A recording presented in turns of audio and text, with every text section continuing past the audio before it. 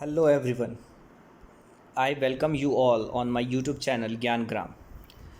Last lecture में हमने बात की थी राइट टू फ्रीडम, और इस लेक्चर में जो है हम बात करेंगे उसी टॉपिक को आगे बढ़ाते हुए, जो कि हमारा टॉपिक चल रहा था फंडामेंटल राइट्स। तो अभी तक जो है हमने हमारे बहुत ही इम्पॉर्टेंट जो आर्टिकल्स हैं फंडामेंटल राइट्स से रिलेटेड, इसमें दो मेजर फंडामेंटल राइट्स हम अभी तक डिस्कस कर चुके हैं। जो हमारा नेक्स्ट फंडामेंटल राइट है, जो कि हमारा थर्ड फंडामेंटल राइट भी है, that is right against exploitation, जो कि आर्टिकल 23 और 24 से डील करता है। यहाँ पे जनरली जो है एक्सप्लॉयटेशन जो है ह्यूमन बींग्स और जो है हमारे चिल्ड्रंस वगैरह का जो है उसमें लिखा हुआ है। तो आर्टिकल 23 स्टेट करता है that is the prohibition of human trafficking and the force labour. Article 23 human trafficking, buying and selling of human beings. तो ये जो है ह्यूमन ट्रैफिकिंग होता है। और फोर्स लेबर मीन्स ये आपको पता ही है कि किसी भी को है बिना उसके मर्ज़ी के ज़बरदस्ती काम करवाना जो है ये फोर्स लेबर की कैटेगरी में आता है। नेक्स्ट जनरली जो है यहाँ पे देखा जाए तो एक तो immoral trafficking of women and children भी जो है इसी पार्टिकुलर टॉपिक में इंक्लूड किया जाता है। नेक्स्ट जो है जो स्लेवरी सिस्टम है, या फिर जो है एक और वर्ड आता है इसमें बेगार, फोर्स्ड लेबर, ये सारे वर्ड्स जो हैं ये इसमें ही इंक्लूड किया जाता है। यहाँ बेगार मीन्स होता है कि जनरली एक फोर्स लेबर टाइप ही सर्विस होती है, पर यहाँ पे जो है कोई पैसे नहीं दिए जाते हैं। सिमिलरली जो है बॉन्डेड लेबर भी यहाँ पे उनके विल के अगेंस्ट जो है उनको फोर्स लेबर करवाया जाता है। तो ये सारी चीज़ें जो है यहाँ पे क्या किए गए हैं, प्रोहिबिटेड किए गए हैं।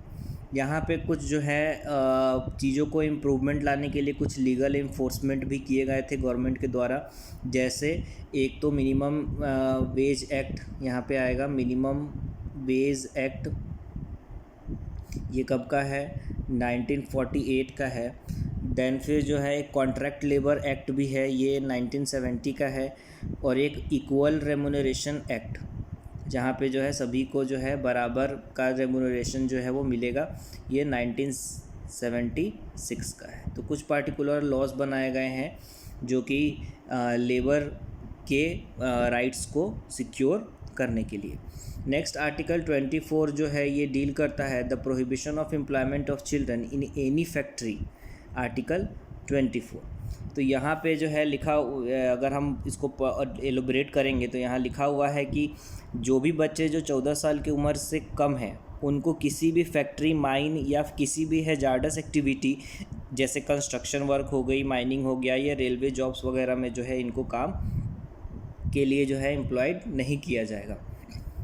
देन फिर जो है इनिशियली कोई भी मतलब हार्मलेस और इनोसेंट वर्क वगैरह में भी जो है इनको जो है हार्मलेस वर्क वगैरह के लिए जो है छूट दी गई थी।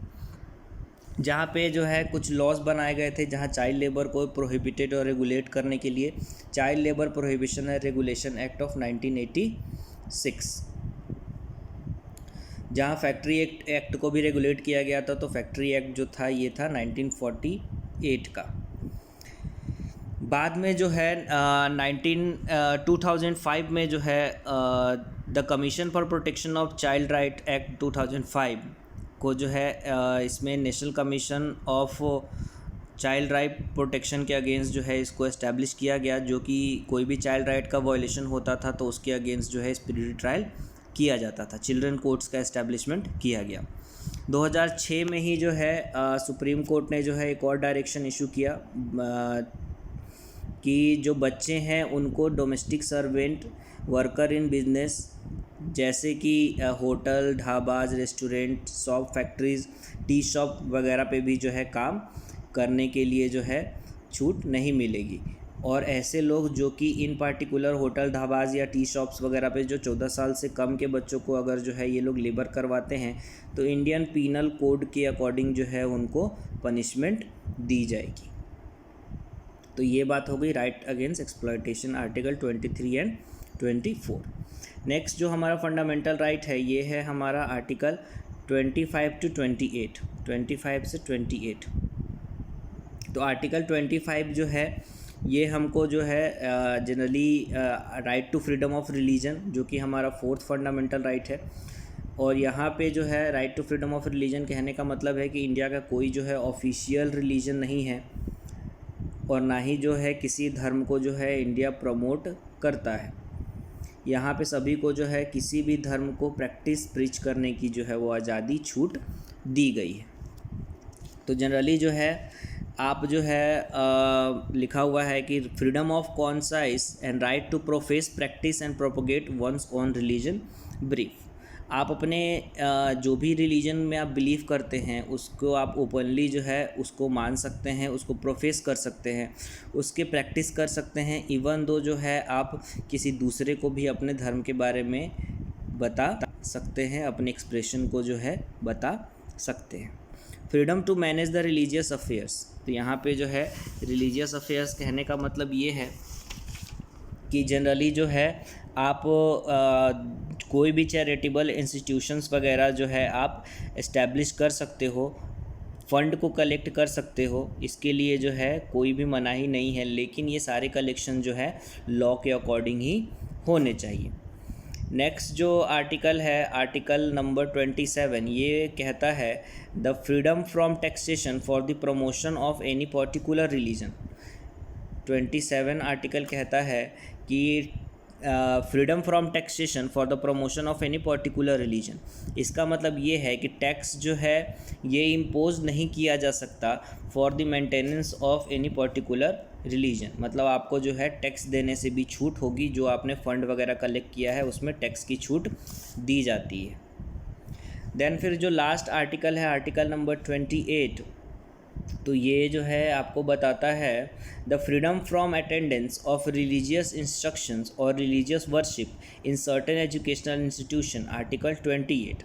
इसका मतलब ये है the constitution prohibit imparting of the religious education in government aided educational institutions. मतलब जो है आप गवर्नमेंट कंट्रोल इंस्टीट्यूशंस में जो है किसी भी धर्म के जो है ज्ञान या प्रचार प्रसार नहीं कर सकते, और कोई भी जो है पर्सन जो है आपको या इंस्टीट्यूशन कंपेल नहीं कर सकता कि आप जो है किसी भी पार्टिकुलर वर्शिप या रिलीजियस एजुकेशन के जो है चीज़ों को जो है एक्वायर करें ज़बरदस्ती। ये सब चीज़ें जो हैं आर्टिकल 28 में लिखी गई है।